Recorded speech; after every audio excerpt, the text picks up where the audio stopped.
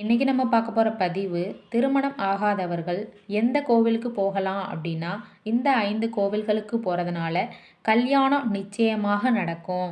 வயசு போயிடுச்சு, நல்ல பொண்ணு கிடைக்கலையா, நல்ல பையன் கிடைக்கலையா, ஜாதகம் சரியில்லைன்னு சொல்கிறாங்களா, எல்லாம் சரியாக இருந்தும் திருமணம் மட்டும் நடக்கலையா, அப்போ இது உங்களுக்கான பதிவு தான்.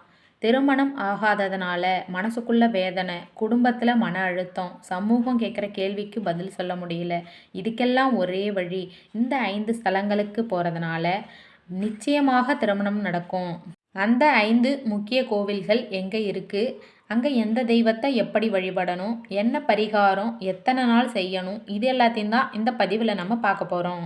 முதல்ல பார்க்க போகிற ஸ்தலம் எங்கே அப்படின்னா திருவிடந்தை நித்திய கல்யாண பெருமாள் கோவில். எங்கே இருக்குது அப்படின்னா சென்னையில் இருக்கக்கூடிய மாமல்லபுர சாலை திருவிடந்தை.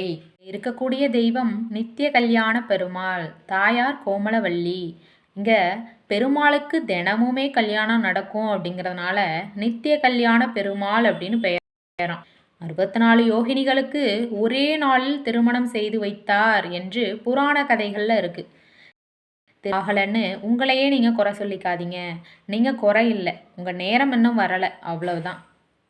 தாமதமான திருமணம் நடக்கவும், நல்ல வரன் கிடைக்கவும், கல்யாண தடைகள் நீங்கவும் என்ன வழிபாடு செய்யலாம் அப்படின்னா வெள்ளிக்கிழமை சனிக்கிழமை இந்த கோவிலுக்கு போகிறது தான் ரொம்பவுமே சிறப்பு.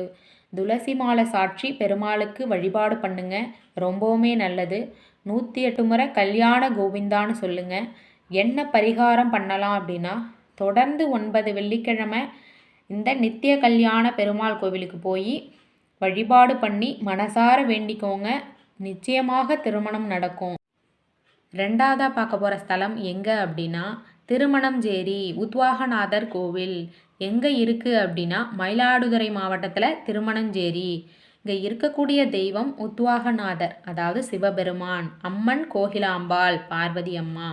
இங்கே என்ன சிறப்பு அப்படின்னா பார்வதி தேவி சிவனை மணந்த ஒரு ஸ்தலம்.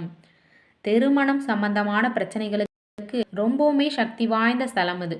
என்ன வழிபாடு பண்ணலாம் அப்படின்னா முதல்ல பார்வதி அம்மனை தரிசனம் பண்ணணும், பிறகு அம்மனுக்கு மஞ்சள் கயிறு வாங்கி சாற்றணும், பிறகுதான் உத்வாகநாதருக்கு அதாவது சிவபெருமானுக்கு பால் அபிஷேகம் பண்ணுறது இங்கே ரொம்பவுமே சிறப்பு.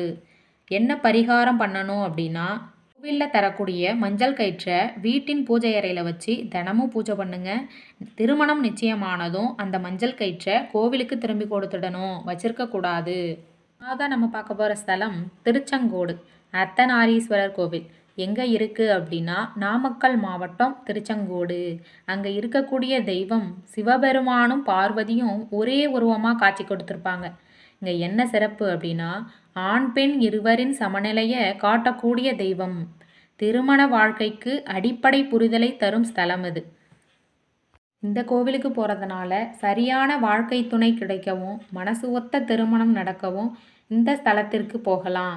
பரிகாரம் என்ன பண்ணலாம் அப்படின்னா மலையேறி தரிசனம் பண்ணுறது தான் ரொம்பவுமே சிறப்பு. வெள்ளிக்கிழமைகளில் போங்க, போய் அம்மனை பார்த்த மாதிரியே விளக்கேற்றுங்க, திருமணம் விரைவில் நடக்கும்.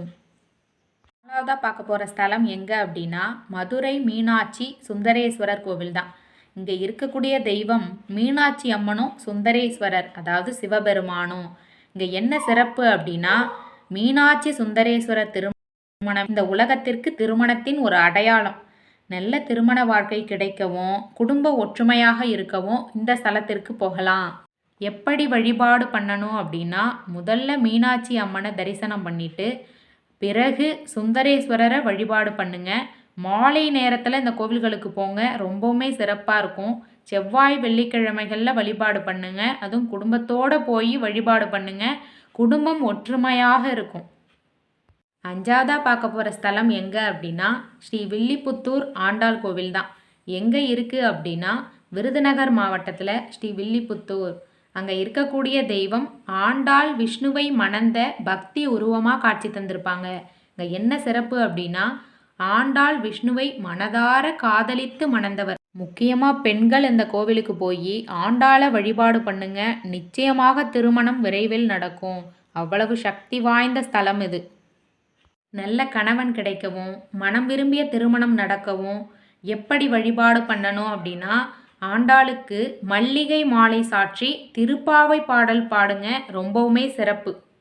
30 நாட்கள் தொடர்ந்து ஆண் பெண் இருவருமே திருப்பாவை பாராயணம் பண்ணுங்க. இந்த பதிவில் சொல்லக்கூடிய ஸ்தலங்களுக்கு போய் பாருங்க, நிச்சயமாக விரைவில் திருமணம் நடக்கும். இந்த கோவில்களுக்கெல்லாம் போயிட்டு வந்து வீட்டில் தினமும் ஒரு விளக்கேற்றி எனக்கு சரியான வாழ்க்கை துணையை கொடுங்க அப்படின்னு யாரை கேட்டாலே போதும், நிச்சயமாக திருமணம் விரைவில் நடக்கும். பழம் பழுக்கிறதுக்கு முன்னாடியே காய பிடுங்கிட்டோன்னா அது சுவையாக இருக்காது. அது மாதிரி தான் நேரம் வந்தாதான் திருமண வாழ்க்கையும் கைகூடும். இந்த வீடியோ பார்க்குற நீங்கள் எந்த கோவிலுக்கு போகிறீங்கன்னு கமெண்டில் சொல்லுங்கள். உங்கள் வேண்டுதல்கள் நிச்சயமாக நிறைவேறும்.